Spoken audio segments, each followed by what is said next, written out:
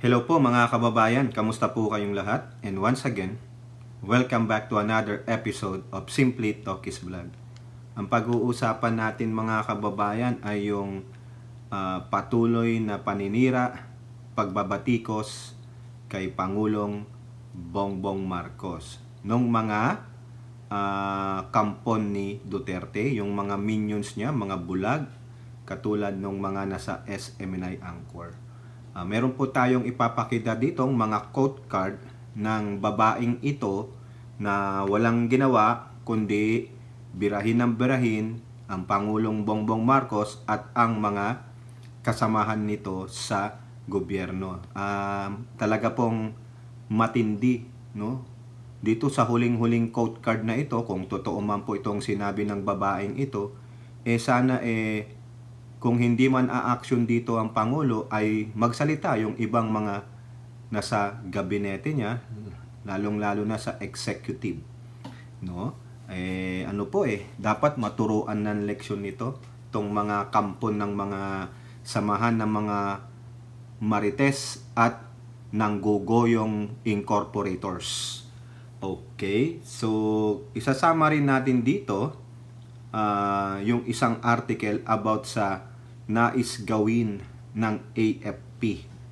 May binabalak pong gawin ng AFP kasi the fake news is too much. At magpapakita rin tayo ng pruweba na atin pong sosoplakin yung babaeng yun, yung binanggit natin sa simula na hindi pa natin napapangalanan, pero malalaman nyo dito, no, na soplakin natin yung naratiba niya, yung bitterness niya. Kaya yung bitterness niya mukha na siyang alam mo yung parang sa kapal ng make-up Yun na lang ang tumatakip sa mukha niya no? Pero bago po tayo magpatuloy, tayo po ay magbibigay pugay at pasalamat sa lahat ng ating channel members, followers, subscribers, nagla-like at nagsishare ng ating mga videos, sa mga nagbi-video replay, sa mga nagsishare ng kanilang blessings through super thanks, super chat, super stickers. Ganun din po salamat sa lahat ng mga nakakasama natin sa live comments ng ating video premiere at live stream. So paalala lang ulit, since summer vacation po dito sa aming lugar sa Southern California, nakabakasyon po ang mga bata. No, wala pang eskwela at tayo nakakapag live stream ng between the hours of 5:45 to 6 a.m. Monday, Tuesday, probably Thursday to Sunday. Except po yung Wednesday kasi po nagdadrop ako ng bata sa 6:30. Yung practice po kasi 6:30. So maybe around 6:15 to 6:30 ang start ng ating live stream. Minamaximize ko po maski na weekend kung pwede, no? Kung wala naman pupuntahan. At mag-advisory naman tayo kung kakayanin sa ating community, no? Pagbalik ng eskwela mababago po 'yan, no? Pwedeng mas maaga or late, yung iba sa inyo tulog na, no? Kaya yung mga hindi nakakaalam na tayo po ay nagla-live stream, yung mga hindi naman naka-subscribe, hindi naka-notify, tapos pag-uusapan tayo ano po 'yun? Foul po 'yun, no? Kaya kamura-mura lang kayo tapos magagalit kayo. Kino-content nyo naman pala kami, 'di ba? Banat Boy. Si Banat Boy salamat no. Kay munting tinig yung mga kasama nating mga vloggers, no. Dinadalaw tayo, no, maski napahapyaw-hapyaw. Nakakatuwa 'yun. Ako dumadaan din sa mga LS nila, nagbi-video replay pa nga ako. Kaya yan ang mga support, 'di ba? Hindi nag-aaway. Hindi tulad ng mga DDC, sila nag-aaway sa ganito, sa pira. Okay, since this is video premiere, tayo po yung kikilalanin natin yung ating mga kasamahan, yung mga regulars natin dyan sa chat box ng video premiere. No, nandiyan po si Elora Liz, si Kai, si Tita Aurora sa buong bayan ng Palawan, Zambales at Norte, sa advocates po ng West Philippine Sea. Kahit ano pang sabihin ng mga pro-China about West Philippine Sea, atin ito pa rin yan. Sa kasundaluhan, mga mangingisda at masasaka, mabuhay po kayo. Ganun din sa lahat ng OFWs, no? Mga modern heroes natin na nagsasakripisyo para sa kinabukasan at kabuhayan ng kanilang mga pamilya. No, keep the faith lang po, patuloy na manalig at manampalataya sa ating poong may kapal, no. Nandiyan po si Ai Chang, si Miyu, si Sen Chang, pasulpot-sulpot, no. Si Toda Analisa, si Ate Wanabet, Ate Bet M, si may makalimutan ako na taga Japan. Ai Chang, sino pa ba yun? Nakalimutan ko na lahat po nung mga taga Japan na subscribers, followers natin, no. Maski na hindi kayo nagko-comment diyan pero nanonood, nagre-replay kayo. Maraming salamat po, no. Dumadami po kayo, no. Siguro nilalako ni Ai Chang, ni Miyu, ni Ate Bet, Wanabet yung ating channel sa mga kababayan nating mga Pinoy na nandiyan po sa bansang Hapon. Salamat po, no, and may God bless you sa ating mga Lady M's, no. Ang tawag ko po sa mga nandiyan sa Japan, the konnichiwas.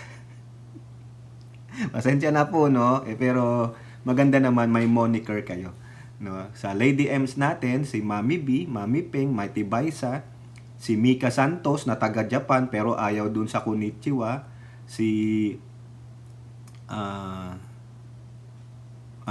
letter M, Marie Chris Hernandez, Maritel T, Mamalu Parker, Malditang Lola, nandyan si Suzette Balistero, si Doktora Peli Poblador, lahat po ng Friends for PBBMs, no?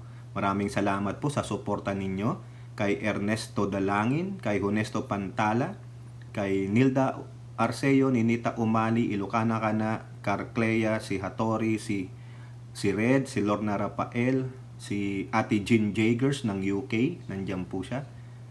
Si Lilian Liabe ng Los Angeles, no? Ano po 'yan? Kabayan nating nurse, no? Night shift daw po siya, no? Kaya minsan pasok 'yan sa LS natin kung kaya niya pa. Si Lulu, si Kapdong,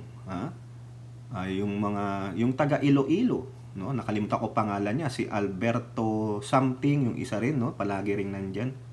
Kalimutan ko si Mohammed. Yung iba hindi ko na nakikita kaya hindi ko na kayo maalala eh. So shout out po lahat sa inyo. Kung nakalimutan ko naman po kayo, pasensya na po, no? Kasi yun lang po yung malimit kong nababasa, naaalala, saka we're getting there. Alam nyo na. Okay, so ang pag-uusapan natin, unahin muna natin tong pahapyawan natin ito sa AFP. Kung maalala nyo, yung mga vloggers ng Didi Shit, no? Itong si Makatanas, yung general, yung sinasabi niyang the vlogging general, naligaw ng landas yan eh, yung matanda na yan. 'Di ba kinasuhan nga ni former PNP chief Acorda yan, libel. Pero sabi nila, balita daw di umano nasa ibang bansa na. Mukhang nandyan sa up north namin sa Canada, kung nasaan man siya. Basta nandito sa Northern America. Pinipake news sila na nag-walk out daw po ang mga general doon sa command conference.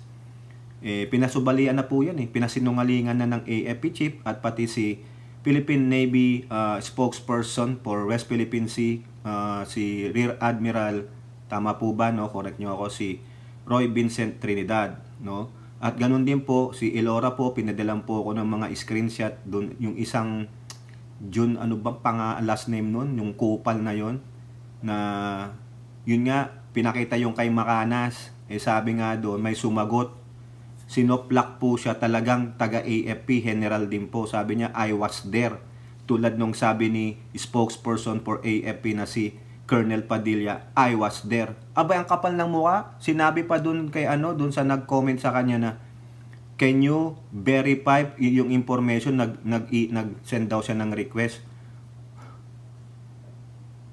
Huy, gago.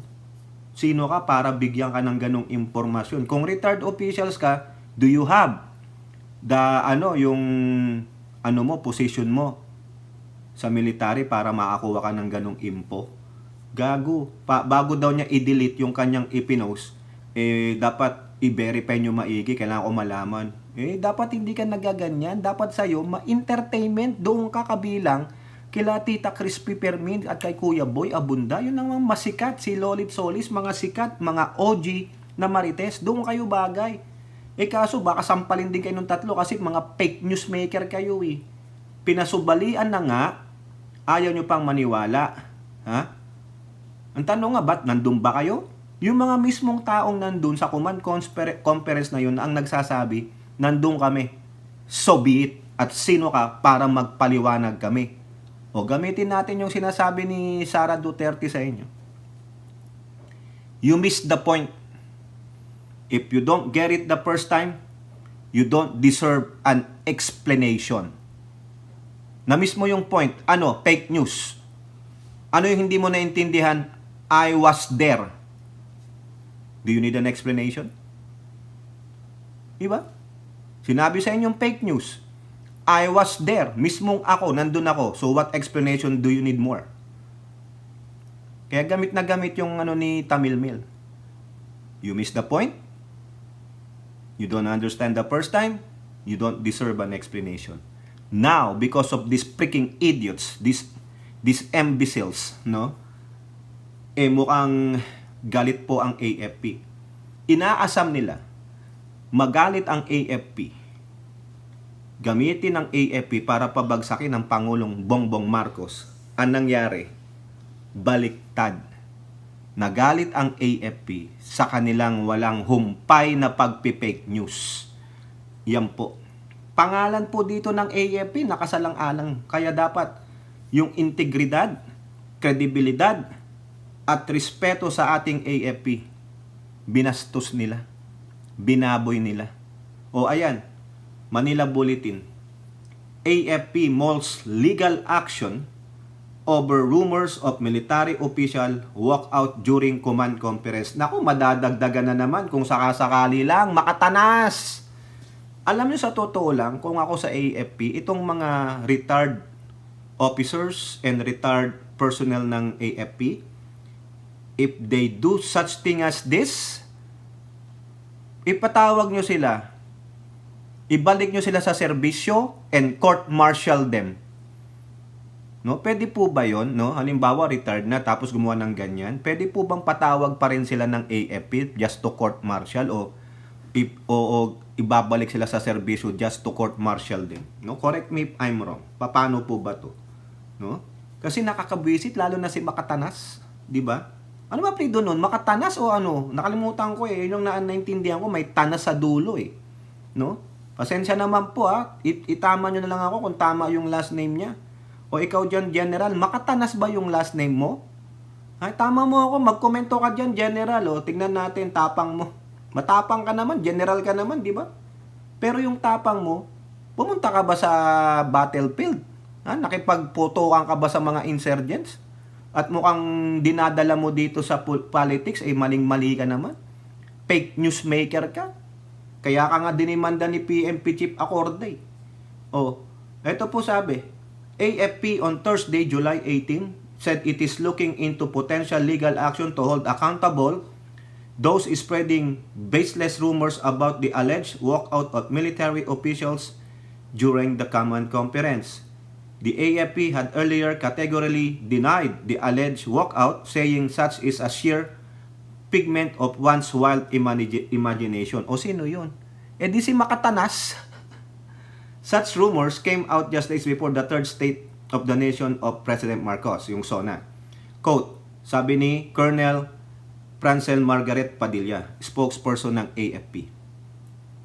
We will not tolerate these efforts to malign our ranks or discredit our commitment to our mandate. So as we speak, we are exploring legal avenues to address this affront to the military profession. Ay, patay na. We will look at all of the possible legal implications of these incidents. Aside from taking legal actions against those spreading fake news, Padilla stated that the AFP exploring various methods including fact-checking all posts involving the AFP. Ayan, mabuti nga sa inyo. No, hanapin nyo po, Colonel Padilla, hanapin nyo. No, i-digital search nyo sila, ganyan. We are also coordinating with different agencies in terms of law enforcement and of course, we are also strengthening our cyber security posture. Tama po yan. Meanwhile, the AFP spokesperson refuted rumors of a coup. Oh, yan. These coup rumors are mere rumors. And these rumors, we do not let it affect how we perform our duty and our mission in the armed forces of the Philippines. We are professional and we are united. Spreading unfounded rumors, he said, undermines the integrity of the armed forces and disrespect the sacrifice made by each soldier in the line of duty. Correct. Mga walang respeto po bastos no? Biruin nyo sinasakripisyo na nga nila ang buhay nila para sa ating freedom. Yes, freedom is not free because it costs the lives of those protecting our freedoms. Pero wag yun naman akong pepeloso po yun. Kasi pinasok nilang profesyon yan Kung hindi nila pinasok na profesyon, walang magproprotekta ng freedom natin, what we gonna do? Sila muna ang sasabak bago tayo mamatay. Buhay muna nila ang isasalang-alang nila bago tayo. Tapos magsasalita kayo ng gano'n na ginawa nilang profession. Di bastos kayo. Di ba? Kayo dyan, yung mga walang trabaho, kayo-kuyakoy lang kayo. Sila nandun. Handang ibuwis ang buhay para sa bayan at sa inyo. Pero mga bastos kayo. Kayo naman ng mga retirado. Alam nyo yan. Di ba? Ang hirap ng pagiging sundalo. Tapos hindi nyo alam irespeto ang very institution na kung saan kayo nanggaling na isang profesyon, no, isang bukasyon. Di ba? Kabastos-bastos kayo. Yung mga flag officers nga in general, and officers yung generals nagbigay ng suporta. Pero kayo, totoo ba kayo para sa bayan, kayong mga sumusuporta kay Digong na nagmanifesto pa kayo? Meron pangang balita dyan sa Twitter na yun daw mga ibang generals, no, naggawa ng manifesto urging the DND chief to resign. Gago. Dahil lang dyan. Fake news nga di fake news din kayo. Kinakatigan nyo yung fake news. Naniwala kayo sa fake news. Anong klaseng mga retired officers kayo? If you are the one urging yung mga kamista ninyo, yung mga active military personnel and reservists to go and rise up against this government, ano na mangyayari? Are you advancing the interest of the people? Or you are advancing the interest of those people na pinangakuan kayong bibigyan kayo ng ganito, gagawin kayong ganito? Anong gagawin nyo sa bayan natin? Walang katapusang paghihirap. Walang katapusang pagre-rebuild. Walang katapusang pagtatayo ng ganito. Walang katapusang utang. Gusto nyo ng pagbabago? Ba't hindi nagawa ng previous administration? Bakit hindi nyo sundin yung mandato sa konstitusyon na one-termer lang ang presidente? Antayin nyo. Sundin nyo yung mandato ng konstitusyon. Diba? Let the president lead. Bakit may ginawa na bang kagaguhan sa inyo? May ginawa bang kabalbalan ng Pangulong Marcos sa inyo? Ni hindi nga pinapapasok ang ICC para kay Didong? Hindi nga pinipilit ang mga kapulisan o kasandulin na tugisin nyo si Kibuloy? Wala. Tapos kayo, you have the audacity. No? Nasaan ang mga bayag ninyo? Nilamon ninyo para lang kampihan si Kibuloy at si Duterte? Sino nang gugulo? Bakit? Wala bang ginagawang Pangulo? Mamaya malalaman nyo, ito pa, magngingit-ngit kayo. Ito pa sabi dito ni Colonel Padilla. Quote, "In the armed forces of the Philippines, we remain steadfast and resolute, and we are driven by our unwavering love for our country and our dedication to protect our people." Correct. Kaya nakakabastos po ito mga kababayan. Kaya tama lang po ako, agree po ako. Yung mga legal officers dyan, yung mga JAG, no? Sige po, pag-aralan nyo po para lalong mabaon si Makatanas at yung mga minions nila, no? Now, punta naman tayo dito, yung sinasabi ko sa inyong isang babae na walang ginawa, akala mo napakatalino, akala mo napakagaling, akala mo napakalaki ng contribution niya nung time na sila ay naninilbihan sa kanilang among si Duterte. Ito po tinutukoy natin si Lorraine Badoy. Wag ko na rin tawaging doktora ito. Ano bang klaseng doktora ito? Nagpa-practice ba ito ng pagka-doktor? O Tingnan nyo po itong code card na pinagsasabi niya. No? Dito po, oh. Yan, gikan sa masa, para sa masa. Pero ang tawag ko dyan, gikan sa China, para sa China. Bumubulusok pabagsak ang Pilipinas ngayon. Naglabasan na ang foreign investments. Yung Moody's rating natin, the worst underperforming economy. Whereas under President Duterte, tingnan mo naman lagi yan. Ano niya daw yung present situation ngayon, biglang papasukan ng under Duterte. Maka Duterte ang hindot di ba? Dinala pa tayo sa bingit ng gyera. Ang CPP, MPP ay nakaka-recover. Nasaan? Nasaan ang datos mo? Nasaan dinala tayo sa bingit ng gyera? Ito yung July 7 niya. Okay? Sa ilalim ng isang pangulo na walang kakayanan na maging pangulo ng bansa. Yan ang estado ng Pilipinas ngayon, July 7 yan. Yan. Panayang batikos. Ito, July 11, 4 days after, ito naman yung sinasabi, epekto ng substance abuse di umano ni PBBM, nakikita na sa kanyang mga gawa. Dahil daw yung epekto daw ng pagdodroga ng Pangulo, babanggitin ko na, hindi ko na isusugarcoat. Nakaka-apekto na daw sa mga ginagawa ng Pangulo. Tandaan nyo yan Sa sobrang epekto ng always paghitit ng droga, bawal na droga, apektado na ang pag-iisip ng Pangulo. Nakikita daw sa mga ginagawa niya. Ayan, as a doctor. Anong klaseng doktor ka ba? Ano ang specialty mo? I am really worried about the mental condition of the president. Yan, mental condition daw po. Kasi nga, excessive use of pinagbabawal na gamot. This is what a chronic substance abuse disorder does. It impairs your judgment, your decision making, and your perspective of things. It makes you paranoid, makes you depressed. Nanalamin ka ba? Ayun na lang sagot natin sa kanya. Did you even see yourself in front of the mirror? Yung mga pinagsasabi mo tungkol sa Pangulo? It impairs your judgment. Doon na lang Balik sa'yo yan. Bakit? Because ang tinitignan mo lang, ay yung kay Duterte. Clouded ka na, partisan ka na. Yung komento niya dito, mga kababae, nung babaeng hindot na ito, na isa ring delulu, ay partisan para lang kay Duterte, para pabanguhin yung kanyang among si Duterte. 'Di ba? Gagamitin lahat. Wala naman siya mapakitang medical report ni Pangulong Bongbong Marcos because of the substance abuse. Ang pag-iisip ng Pangulo ay lusaw na. Kayo po, mga kababayan, nakakita kayo ng totoong adik. Yung talagang adik. Makita nyo itsura niya, pati pag-uutak niya. Gumaganon yan. Diba? Ganun po ba ang Pangulo? Tuwing makikita nyo, nag-i-speech ang Pangulo. Pupunta sa mga lugar na magbibigay siya ng mga ayuda. Pupunta sa mga state visit.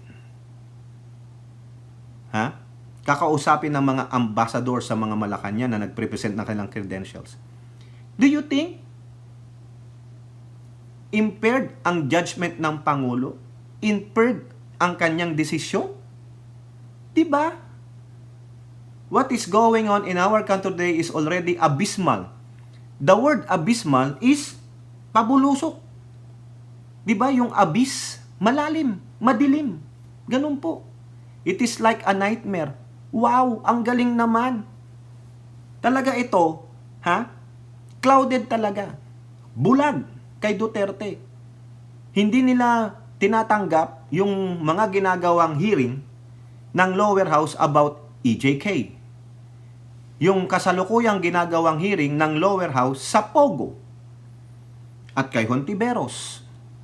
Hindi nila nakikita yung mga ginagawa ng gobyernong ito na pagbibigay ng tulong sa lahat ng mga naapektuhan ng El Nino, particularly the fisher folks at yung mga magsasaka. Yung mga build better more o BBM. Wala. Ano yung ginagawa ng mga cabinet secretaries? Wala. Kasi it's abysmal because you don't have you have a leader that is impaired on judgment. bangag, sabog, adik. Ha? Ito pa sabi niya, the commander-in-chief is abusive, arrogant, incompetent, and doesn't have any respect for them. The police daw. Kita nyo? Ikaw nga, Marbil, kailan ka binastos ni PBBM? Ikaw, Browner, kailan ka binastos ni PBBM? Abusive ba ang Pangulo? Arrogante ba? Incompetent ba? Di ba? Sinungaling? Gumagawa ng naratiba na puro kasinungalingan. Nagtatanim ng kasinungalingan ang babaeng ito. Oh, eto pa, the same thing, July 11. I think, sa kanya lang daw, I think, si Pangulong Bongbong Marcos is an empty vessel. Walang laman. Tungaw, kung tawagin. Walang karakter itong taong ito. O di ba naging psychologist na? When you look at him, he is empty. He's vicious. Huh? There is nothing in his head, in his heart, and nothing in his mind. Really? Really? Sino na? Wala daw laman ng utak ng Pangulo. Kung walang laman ng utak ng Pangulo, yung mismong AFP na ang magsasabi niyan. Sila na ang bibitaw sa pagsuporta sa Pangulo. They will take him down. Umalis ka dyan. Baka ikudita siya. Pero anong sabi ng AFP? Wala. They remain steadfast. Walang kudita. Ano yung mga officers and flag officers, they throw in their support to the president and to his administration. Walang puso? Really? Wala daw puso? And nothing in his mind? Galing, no? Abay siya na. Siya na ang pinakamagaling. Paano mo nasabi yan? Ha, Badoy? Bakit ganyan ang assessment mo? Kasi nga po, gusto nila talagang siraan ang Pangulo sa mayoryang Pilipino. Ito lang paalala natin mga kababayan. Kung walang laman ng utak ng Pangulo, kung sabog sa droga, wala siyang puso, wala siyang empathy, wala siyang apathy, yung mga ginagawa nilang pagtulong, yung ginagawa niyang talumpati, pakikasalamuha sa mga world leaders, sa mga ambassadors, hindi po niya yung magagawa. Nakita niyo bang pasungaw-sungaw ang Pangulo pag naglalakad? Nakita niyo bang nakatulala sa langit dahil walang laman ng utak? Hindi naaawa sa mga matatanda? Nakita nga, kinakausap nga yung matatanda. Mahusay pang makipag-converse. Kayo ano? Si Duterte ano? Yun! Kasi nga, gusto nilang pamasamain ang imahe ng Pangulo sa mayoryang Pilipino para ipasok si Duterte. Si Sara Duterte lang ang may puso. Really? O in comparison, sino ang walang puso? Nakita nyo bang nanapak ng tao si Bongbong? Nakita nyo bang nanakit ng tao si Bongbong? Nakita nyo bang nagsalita ng masamang salita ang Pangulong Bongbong sa kapwa niya Pilipino o sa ibang tao? Wala. Si Sara, si Duterte, lalo na si Rodrigo Duterte, di ba puro ang mura? Nakita nyo bang nang lap-lap ng labi ang Pangulong Bongbong Marcos ng labi ng babae na hindi niya asawa? Si Digong, di ba? Ano ang nasa utak ni Digong? Ano? SEX. Yan, ang utak ni Digong. Tuwing makakita siya ng babae, ng presidente siya, gusto niya, kangkangin niya. Di ba? Ano sabi ni Kap ninyo? Si Kap ninyo, panoorin nyo. Di ba? Wala kayong matatago kay Kap ninyo. Ay, hi Kap ninyo. Di ba? Pasensya na, nabanggit kita. In his heart. Ibig sabihin, walang apathy and empathy. Hindi marunong tumulong ang Pangulo. Gago ka. Baka kayo yun. No? Kasi kayo ay vicious, savage kayo. Mga lunatic kayo sa kapangyarihan, the greed. Ha? Pastor was the kindest to him. Really? Kasi nga, kaya kind si pastor sa kanya, si Pakyong Kibuloy. Kasi meron siyang balak. Hihingi ng utang na loob. Gago. Huwag kang ganyan. He's a puppet and you are a puppet. Diba? Ikaw puppet ka nga eh. Puppet ka ni Kibuloy. Puppet ka ni Duterte. Tapos you have the audacity to say that our President Bongbong Marcos is a puppet. A puppet of to whom? Diba mga kababayan? Sino? Paano mo nasabing puppet siya? Eh ikaw nga yan. Kung ano yung sinasabi mo sa Pangulong Marcos, yun ang nagre-reflect sa pagkatao mo, baduy. You are the biggest puppet. Kayo, nila Eric Celis. Grabe oh. O eto pa, July 18, nung Huwebes lamang. Not only does the President does not have a heart, o talagang sinusundan niya, he also doesn't have the competence. Hindi daw competent ang Pangulo. Wala daw. I'm pretty sure hindi niya alam. Walang alam yan. Kitang-kita. Paano mo nasabi? Paano mo nasabing walang alam ang Pangulo? Kung walang alam ang Pangulo, di sana nagreklamo na ang mga taga Ilocos. Kung siya ay naging vice governor, congressman, senator. Ha? Sige nga. Si Digong ba nung naging congressman, may naisulat na batas? Nagsenador ba si Digong? I don't think so. Si Pangulong Bongbong Marcos. Ha? Ano ang accomplishment niya? Diba? Tapos sasabihin mo walang competence? Baka ikaw. Ayun no, sa Wikipedia lang oh, list of major acts and legislation during the presidency of Bongbong Marcos. Ayan, nandito yan ha. O yan, 2022. Pero yung taon na kung saan siya ay naging senador, ano yung mga bills na Pangulong Bongbong Marcos? O, eto sa Wikipedia naman ng Bongbong Marcos, nandito sa Senate career niya. O, Marcos authored 34 Senate bills. He also co-authored 17 bills during the 15th Congress for the year 2010 to 2013. This is the time of Pinoy. Ha? Nung presidente si Pinoy. Kita mo yan? In the 16th Congress from 13 to 16, Marcos filed 52 bills, of which 28 were refiled from the 15th Congress, o ni-refile lang. Ha? One of them was enacted into law. O ikaw, magbigay ka nga ng bills na enacted into law na sinulat ni Duterte. Senate Bill number 1186, which sought the postponement of the 2013 Sangguniang Kabataan, which was enacted as Republic Act 10632. O tinan mo, pinirmahan ni Panut yan. Ha? Marcos was also co-authored 4 Senate bills in the 16th Congress. One of them, Senate Bill number 712, was principally authored by Rap Recto, enacted. O, tingnan mo yan? Para sa mga Senior Citizens Act. Kita mo, yan ba ang walang puso? Yan ba ang hindi competent? Walang alam, kitang-kita?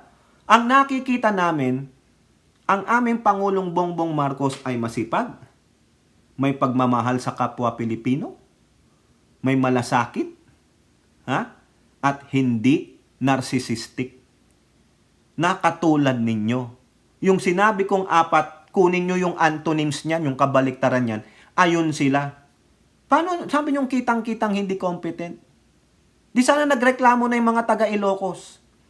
Nagreklamo na, ang dami ng reklamo sa kanya, nagkuya-kuya-kuy ka lang naman dyan sa House of Representatives at Senado, hindi po. Di ba? Oh, andito, ba't hindi nyo kunin dito? Bakit palagi nyo pinangangalandakan sa amin na incompetent, bangag? Eh hindi. Hindi totoo eh. Kasi bakit? Isinulat sa Wikipedia. Not only for your national use, but for international use. Tapos magsasalita ka dito. Ano pa ang sabi niya ha?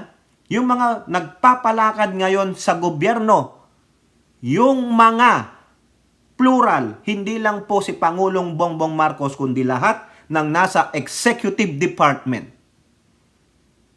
including the legislative department, including the judiciary, nilalahat niya po. Ha? Sobrang walang alam. Wala daw po kayong alam. Ang tanging may alam lang ay yung panahon ni Duterte. Really? Ha? I served under an excellent executive, so I know the difference. Really? Really? So you know the difference. Do you know that Michael Yang is a drug lord who is an economic advisor of your Poong Digong? Do you know that Parmali plundered DOH? Di ba? Do you know that Digong sell out to China? He did not even protected the West Philippine Sea. He cannot even implement the 2016 arbitral ruling. Is that what you said? Excellent executive. Eh di fuck you ka pala. Fuck you bitch. Di ba? Eto pa. These are baboons. Baboons daw. Baboons. Baboons. Tama ba yung ano ko? Ang pronunciation ko? Ano ba ang meaning ng baboons? Oh, tingnan mo to. Oh. Baboon. Ayun, baboon daw. Ano ang sabi nila sa baboon? Clown. Mga idiot. Yun yung mga synonyms. Yung ano lang. Mamatindi idiot na lang or clowns. Ayun po. Incompetent. Mga baboons. Ayan. Sinabihan kayo? Payag ba kayo? Kayo dyan. Sa executive na lang. Ikaw, retired Supreme Court Justice E.S. Lucas Bersamin, si Juan Ponce Enrile, lahat nung gabinete, House of Representatives, kayo dyan sa judiciary, you are all idiots. You are all incompetent. You are all clowns kasi walang ibang magaling kundi si Digong lamang. Magaling naman pala. Magaling ba? Ganon. Eh bakit may kahirapan pa rin? Magaling ba? Bakit ang laki ng utang na iniwan niya? Magaling ba? Bakit hanggang ngayon hindi mapaliwanag ang bilyong pera? Magaling ba? Bakit hindi sinesante si Duque? Di ba? Kung magaling pala, sabi niya, excellent executive. Di sana walang laganap na korupsyon. Hindi. Patuloy lang yung mga bagay na yun na nag-e-exist pa rin. Huwag mong sabing hindi nag-exist yan sa panahon ni Digong. Kitang-kita naman. Mostly yung EGK. Di ba? Yung sabing dalhin sa tamang forum, hindi naman kayo makapunta. Di ba? Heartless daw sila. Kayo dyan, executives, judiciary and legislatives, you are heartless. Bulag itong babae na ito, mga kababayan. They are soulless and they have no brains. Anong palagay mo dyan? Walking dead sila? So kayo lang ang may brains. So ikaw lang ang magaling dahil doktor ka? Kung ako sa House of Representatives, ipatawag ko ito eh. Binababoy po kayo ng babaeng ito, mga kababayan. Binababoy kayo, hindi lang ang presidente. Kasi sabi niya, lahat kayo dyan sa gobyerno. Yung mga nagpapalaka sa gobyerno, sobrang walang alam. Dahil ang may alam lang ay ang kanyang excellent poong si Duterte. Eh di ba? Ang galing. Bulag na bulag si Gaga. Kung totoo man ito pasensya naman mga kababayan. Di ba? Kung totoo man yan. O ngayon, sosoplakin natin siya dyan mga kababayan. Sandali lang. May naisara tayo eh. Okay? Eto, kung walang alam ang Pangulo, bakit ano yung nire-report ng Presidential Communications Office? Yung pagbibigay ng mga ayuda sa lahat ng bayan ng ating bansa na apektado ng El Nino. Diba? Nakita nyo naman yan. Sa RTBM na lang, tuwing merong magkakas assistance ang Pangulo, mag-iinaugurasyon ng mga dam, tulay, pabahay. Incompetent ba? Itong latest, yung mga businessman, yung mga tycoon tulad ni Atong Ang, si mga Rason. Ang ganda ng outlook nila eh. Kasi itong inalienate ni Duterte, tapos sasabihin ni Badoy, excellent executive. Wow! Diba? You alienate all these people. Ano nangyari? Tapos sasabihin niya, ang galing daw ng presidente niyang bugok na isang sinungaling, pathological liar. Diba? Duwag pa. No? Yumuko kay Xi Jinping. Hindi ko na po papakita dito yung mga larawan ng mga pinuntahan ni Pangulo sa pagbibigay ng tulong, sa inaugurasyon, at kung ano-ano pa. May kadiwa pa nga. May ganyan ba si Duterte? Wala. Tapos sasabihin nyo walang malasakit sa kapwa? Walang malasakit sa bayan? Mga gunggong pala kayo eh. 'Di ba? Nakakahiya naman sa mga gabinete ng Pangulo na yung totoong nagtatrabaho. Tapos lahat pala, lahat. No one is good. No one is better than my Duterte. Ulul. 'Di ba? O ito, yung latest lang Anong sabi ng Pangulo? GMA News Online. Marcos eyes more rice processing system for provinces. Hindi lang isang probinsya ang tinutukoy niya, sa lahat ng probinsya na nagpro-produce ng bigas. Bakit? Ano ba ang gusto ng Pangulo? Walang gutom na Pilipino, food productivity, food sufficiency. Di ba yan ang inuuna ng Pangulo eh? Tapos si Badoy sasabihin niya walang alam ang Pangulo. Di ba? Gago lang. Wala naman siyang maipakitang ebidensya na walang alam ang Pangulo. So therefore, hindi si Pangulong Marcos yung nakikita natin dyan. AI siya, robot siya, doppelganger, ganon. Gago pala kayo eh. Di ba? Ayaw nyo kasing maungusan ang kagalingan ng sinasabi mong puon mong si Duterte.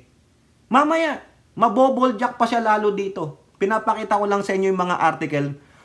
Paano po gustong paunlarin ng Pangulong Bongbong Marcos ang agrikultura na pinabayaan ni Digong. Ako po, kasama ko si Hattori, yung grupo namin na Nomads. Nanonood po kami doon yung Karambola. Nung nandun pa si Surayda. Pero wala na siya ngayon doon kay Kong Jonathan, kay sino yung isa? Si Banal Banal. Yung lahi ng mga basketballista. Saka yung isa may bago doon. Nung panahon ni Digong, panay ang angkat ng isda. Kasi bakit? Hindi makapangisda mangingisda sa West Philippines eh. Di ba? Konting kibot, import. Ganun ba? Is that what you call excellent executive? Motherfucker. Anong pinabayaan nyo agrikultura eh? Hindi kayo naghanap ng paraan paano maibubus, paano paularin ang ating agrikultura. Ano ginagawa ng ating presidente? Nung gabinete niya, si Tio Laurel, mahusay. Kudos. Hindi lang nababalita. Di ba? Yung mga dapat itanim sa ganitong panahon. Tropical country tayo, and yet we are agricultural country too. May bagyo, may tagtuyot. Kailangan kang umadapt doon. Ayan ang binibigyan tuon ng Pangulo. May mga irigasyon na ang NIA. Di ba? Yung National Irrigation Authority nagko-create ng mga naghuhukay ng lupa para sa patubig. Di ba? Yung mga pataba, binibigay minsan ng libre. Ang gusto ng Pangulo, wala na yung middleman. From farmers to the market. Para malaki ang kita ng farmer. Yun ang ina-avoid kung pwedeng matanggal na yun yung middleman Kasi yun ang nagkokos ng pagtaas ng presyo ng produkto from farm gate to middleman to the market. Kasi meron ng patong yun. Kailangan kumita rin yung nasa middleman. Yung expenses niya ng pagdadala ng produkto doon sa seller, dadagdagan niya yan. Diba? Hindi naman pwedeng magnegosyo ng pa-bankrupt. Yung farm to market roads, ginagawa ng pamamaraan, pagdadagdag ng mga cold storage, pagbibigay ng tamang makinarya sa mga magsasaka, pagtulong sa mga mangingisda, sa mga agrarian reform beneficiaries, at kung ano pa. Pero kayo sasabihin nyo, walang kakayanan? Ikaw ba? Kailan ka lang naging kawani ng gobyerno ng panahon na Digong, tapos kung makapagsalita ka, walang kakayanan si PBBM? Ito ilang taon pa lang yung taong yan, naging vice governor na ng Ilocos. Di hamak namang mas matagal ang kanyang experience sa politika kaysa sa iyo. Di hamak na mas people person kaysa sa inyo. Yung Digong mo nga, hindi people person He alienated, he motherfucker all these foreigners. Di ba? Gago pala kayo Mga animal. Ayan Marcos' Ilocos Norte Irrigation Project as boost to tourism o pati turismo. O, kudos kay DOT, maski na may palpak dun sa banner nila, understandable naman yan, pagalitan mo DOT. Hindi naman lahat kailangan perfect. There will be some mistakes, some bubos. Kung tawagin natin. Pero if that is fixable, and somebody will be accountable for that, so be it. Pagalitan. No? Hindi yung sasabihin na, palpak, Marcos brand of leadership. Baka nga mas maganda pa ang Marcos brand of leadership kaysa kay Digong. Bakit? Walang bumubulagta eh. Yung numero ng EJK, wala eh. Di ba? Oh, tapos dinidemanda nila sa International Court of Justice, nagrereklamo sila sa UN. Gago! Binasa ko po yung ICJ na yan. Yan po, yung korte na yan is to meditate. Tama ba? Sila yung pupunta ka dyan para kung may conflict yung iba't ibang nation. O kunwari, yung nation A, nation B, hindi nagkakaaway. Pwede kang tumakbo dyan, sila ang aayos. Pero yung kaso ni Pangulo, wala namang kaso ang Pangulo. Ini-implement lang yung batas. Si Kibuloy nga eh. Antayin nyo. Pag yan, binuksan na yung kaso niya next year kasi nausog, baka papasabi ng judge dyan, I want him here personally. His presence is needed in my court. Ano gagawin ninyo? Kung ipapatupad, sabihin ng sa FBI, ask for an extradition treaty to that country. Ano gagawin ninyo? Magrereklamo kayo sa ICJ? Kasi hindi kayo makatakbo sa ICC? Di ba? Tanga-tanga lang para lang masabi mananagot ang Pangulo sa kanyang crimes on humanities. Nasaan? Yung Commission on Human Rights nga, walang masabi. Walang datos. Di sana kung laganap ang crimes of humanities ni Pangulong Bongbong Marcos administration, nagsusumigaw na ang Progreso Group tulad ng Makabayan, tulad ng Akbayan, tulad ng Kabataan Group. Wala eh. Wala. Diba? Tapos kayo, napiling nyo kayo ang oposisyon, ganito kayo. Diba? Sige, good luck. Kala nyo naman uurungan kayo ng Marcos, hindi tulad po yan ng amo nyo na urungang bayag. Wala pa nga yung ICC, nagtatago na kung ano-ano nang pinagsasabi. Itong mga Marcos, sige, we will face you head on kahit saang korte pa kayo, maski na lumabas pa kayo ng universe. Diba? Kung saan si Kibuloy, doon sige harapin natin. Ganun ang Marcos, hindi kayo uurungan. Ina naman, daming kaso niyan. Ang daming kasong isinampan ng mga anti-Marcos noon sa kanila. May inurungan ba sila? May nirequest ba sila sa korte? Ang tanging nire-request lang ni Madam Irene noon na i-junk na tong forfeiture na to kasi wala naman na. Diba? Yun nga lang, hindi sila kinatinan ng korte. Tuloy ang kaso. Nagsalita pa ba? Wala. Gumamit ba ng ganitong batas? Ganitong mga etchenis na hindi ganito eh. Di ba? Nagpamedya ba sila? Hindi. Sila ang mini-media. Lumapit ba sila sa media? Hoy, ABCBN, ganito, magrereklamo kami. Hindi. Kung ano yung desisyon ng korte, they abide with it. Ano naman yung kay Madam Imelda, di ba? Desisyon po ng korte yun. Ano pakialam ko dun? Kailangan ko bang pakialaman yung desisyon ng korte? Kung gusto nyong i-challenge yung ng korte, hindi man ako abogado. Di ba? Ito po. Marcos vows study on Cordilleras Autonomy. Yan. Wala bang alam yan? Walang alam? Commander-in-Chief yan. Siya ang magde-designate, kaya nga he surrounded himself with able and smart and skilled, knowledgeable people to command them, to work together for the benefit of all Filipino people and the nation. Kayo, ginajudge nyo yung isang tao lang eh. Bakit si Duterte nag-hire ng gabinete? Bakit si Duterte nag-hire ng economic advisor kung magaling pala? Ang dapat nakagalingan mo dyan is how do you lead? Because you are the leader. Ayan no? Adik ba? Wala nga kayo mapatunayan. Ayan no? Vows to study. Sabi, hindi nagbabasa ang Pangulo? Hoy, kayo lang yun. Diba? Ito, boldjackin na natin. Una, dalawa lang ha. Una, ito naibalita na natin. Pinoy, PBBM, credited for Halur project completion. Saan tong Halur? Ito po yung dam yung Halor River Multipurpose Project. Diyan po yan sa bayan ni former Senator Franklin Drilon. Natapos after almost 6 decades. Kita nyo yon? Pero bakit hindi kinredit si Digong? Kasi hindi pinondohan ni Digong. Kasi nga kalaban sa politika. Kita mo? Ganun ba ang excellent executive mo? Badoy? Ang mag-alienate ng kaaway, maski na yung proyekto ay pakikinabangan ng sambayan ng Pilipino, yun ang walang pagmamahal sa bayan, yung amo mo. Kasi malaking tulong itong multipurpose project na ito para sa mamamayan ng Iloilo. Kaya hindi kayo binanggit ni Drilon kasi inignore ninyo. Biruin mo, ayan sabi dito ni Drilon, in 2023, last year lang, President Marcos Jr. approved.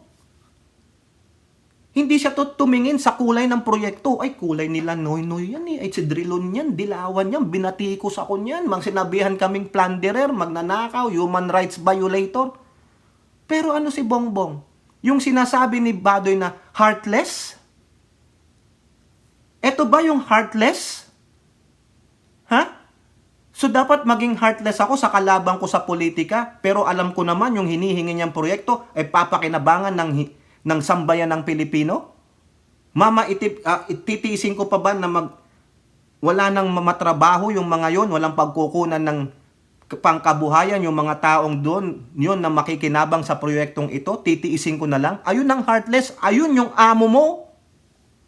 Sa laki ng inutang ng amo mo, hindi man lang ito napondohan, Magkano lang ito? 8.48 billion, just a chunk of change of that trillion pesos na inutang ng amo mo for 6 years. Hindi lang kayo nakapagbigay ng 8.48 billion, baka mas mababa pa ang mga materialis noon. Bakit inantay pa ang Bongbong Marcos? Kasi nga may puso.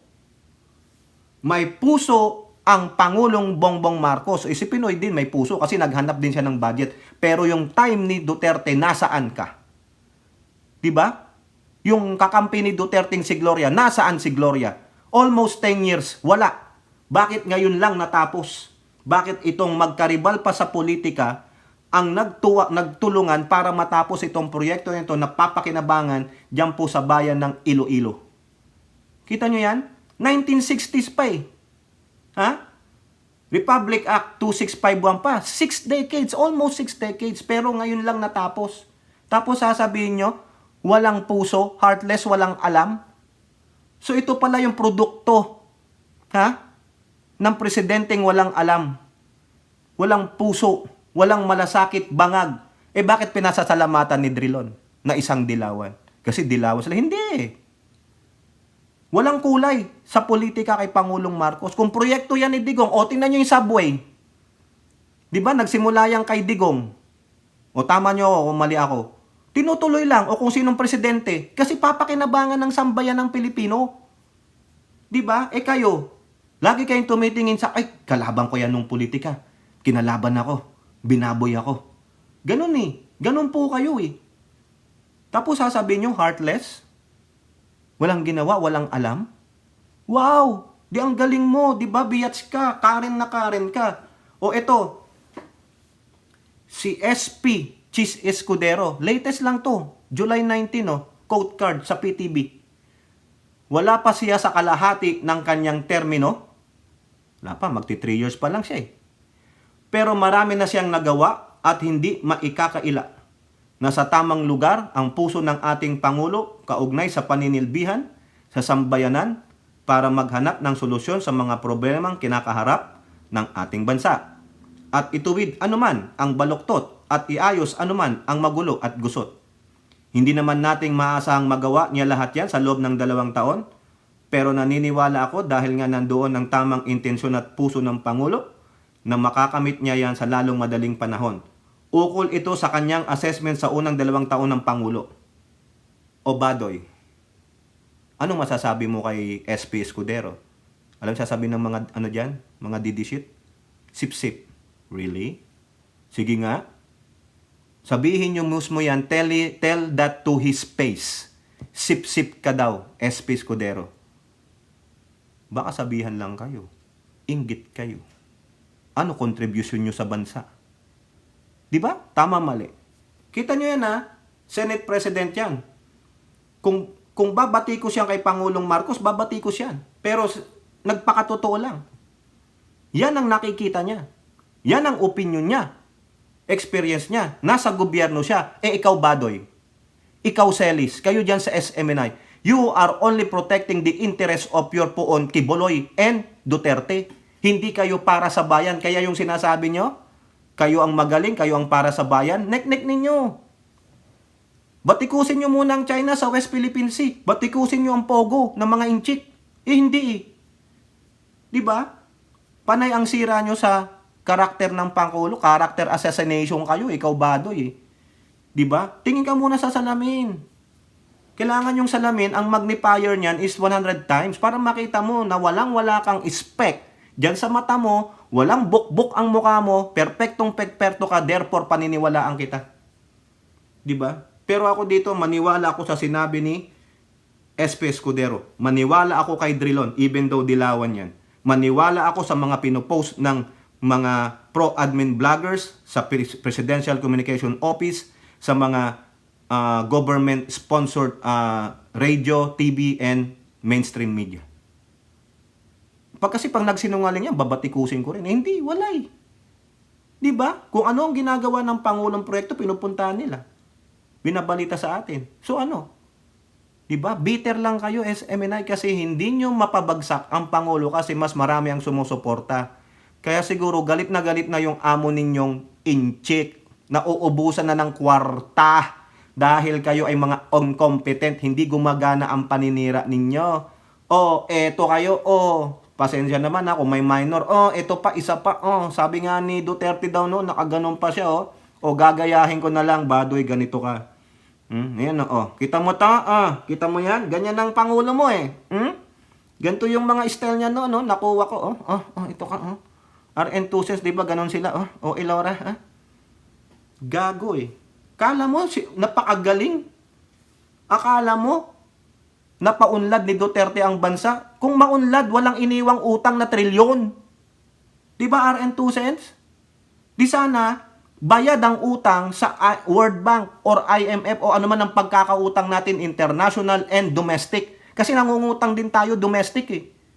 Kaso ang laki iniwan ng utang ni Gagong Duterte. Tapos sasabihin, wala daw puso, heartless, walang alam. Bangag sa droga ang Pangulo. Baka kayo. Bangag kayo sa ilusyon. Bangag kayo sa delusyon ninyong mga delulu. Eto pa mga kababayan, isama lang natin yung video na yan. No? I felt guilty kasi alam ko isa ako sa nag-cause ng stress because I do not come from the education sector. I do not have an education background, so I cannot review what they are doing. And I rely on their expertise and all the stakeholders who did the review. O di ba? Badoy? Sinong walang alam? Compare sa aming Pangulong BBM. Sino ang umamin na walang alam? Di ba yan? Di ba? Tama, mali. Okay, kayo po. Ano pong inyong masasabi na high blood tayo dyan? Comment down below and don't forget to like and share. Hope to see you on the next videos. Bye-bye. God bless.